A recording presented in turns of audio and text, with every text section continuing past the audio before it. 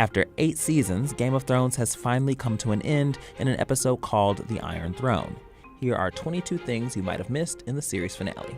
And warning, spoilers are coming. For the show's very last credit sequence, they changed yet again. This time there was no lion above the Iron Throne, showing that the Lannisters' reign has ended. And while the Red Keep is still shown as standing, other parts of King's Landing have been destroyed.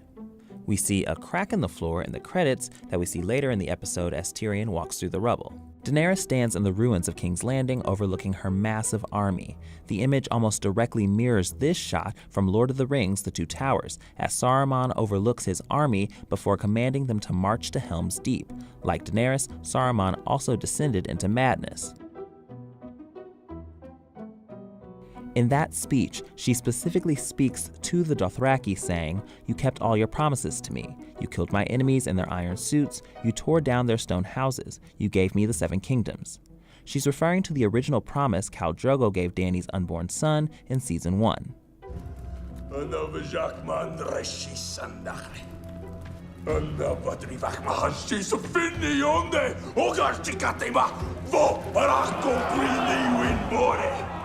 Dany recalls this speech in season 6 when she names all the Dothraki her blood riders.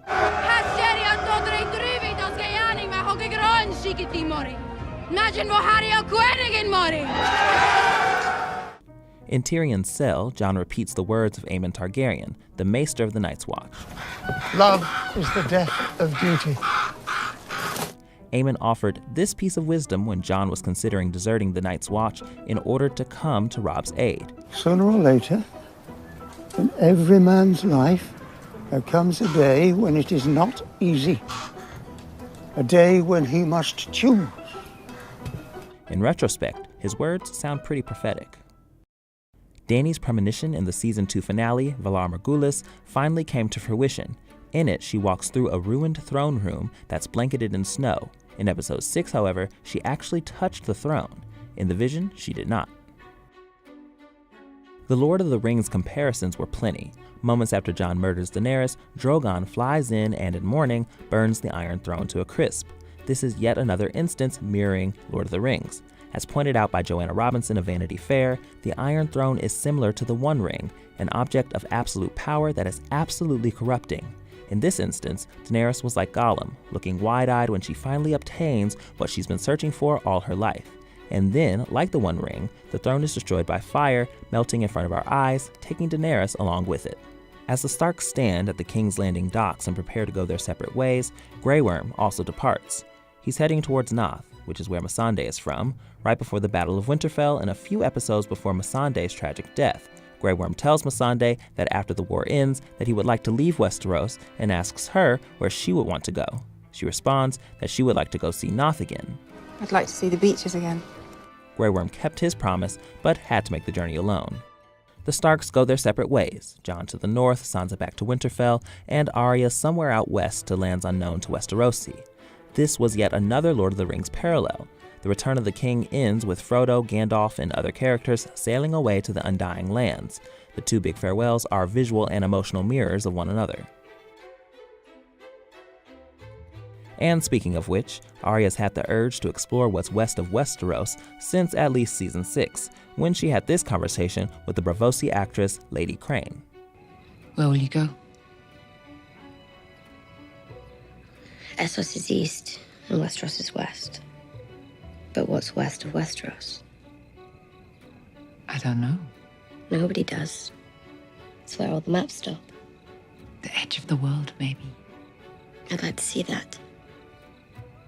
The Great Council meets in the Dragon Pit to decide Tyrion's fate and who will rule Westeros. Among the people on the council, Samwell Tarly, Edmure Tully, Robin Arryn, Jan Royce, Sir Brienne of Tarth, Sir Davos Seaworth, Gendry Baratheon, Yara Greyjoy, an unnamed Prince of Dorne, and then Sansa, Arya, and Bran. There are also a few unidentified lords, one possibly from the Westerlands, and another might be from a lesser-known house in the Reach. Edmure Tully, Catelyn Stark's younger brother, has provided some of the most memorable moments of comic relief on the show, and this episode was no different. Most memorably, in season 3, he tried to light his father's funeral pyre and couldn't hit it.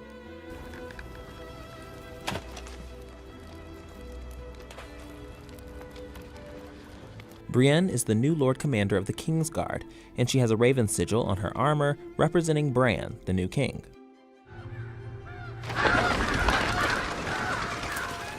We see Brienne writing in the White Book, a book with records of the deeds of all the members of the Kingsguard. Brienne read Jaime's page back in Season 4, Episode 4. Thereafter known as the Kingslayer. It's the duty of the Lord Commander to fill those pages. And there's still room left in mine. Now that Brienne is Lord Commander, she fills Jaime's pages with the rest of his life and his death. We get to see exactly what Brienne writes in these pages about Jaime. We see her refer to the Loot Train battle from Season 7, Episode 4 as the Battle of Gold Road, which is a new name for that battle, and a better one. At the small council meeting, Sam presents Tyrion with a Song of Ice and Fire. It's a history of wars after King Robert, written by Archmaester Ebrose. Sam says he helped with the title. This is a callback to Season 7. I'm not writing a chronicle of the wars following the death of King Robert I, so it can sit on a shelf unread. What? You don't like the title? What would you call it then? Possibly something a bit more poetic? When the new small council assembles, Bronn says, "Or soon there won't be no more coin." Sir Davos, who's master of ships, corrects him by saying, "any more." This is particularly funny because when we first met Davos, he couldn't read. He was taught by Shireen, Stannis Baratheon's daughter. On the first night. In Tyrion's final moment on the show, he says he brought a jackass and a honeycomb into a brothel. But here's the thing, we've all heard this joke before. Tyrion first attempted to tell it in his confession to Lysa Arryn in Season 1 before she cuts him off. I once brought a jackass and a honeycomb into a brothel. Silence! He then starts telling this same joke to Grey Worm and Missandei in Season 6, Episode 3, Oathbreaker, before he's interrupted once again. I once walked into a brothel with a honeycomb and a jackass. The madam says... Well, it looks like we'll never hear the punchline now. Tyrion's fussy chair rearranging is a habit left over from Tywin's small council meetings, which were memorable for passive-aggressive moves like this.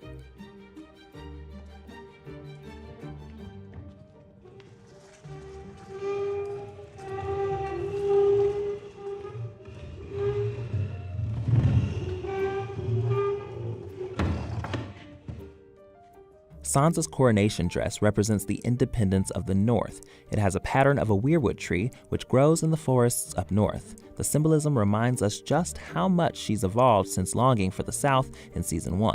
Sansa's crown also resembles one of Cersei's crowns, especially from the back.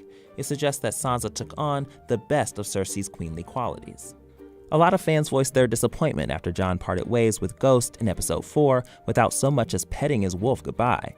That episode's director, David Nutter, explained that CGI considerations were the real reason behind Jon's abrupt send-off.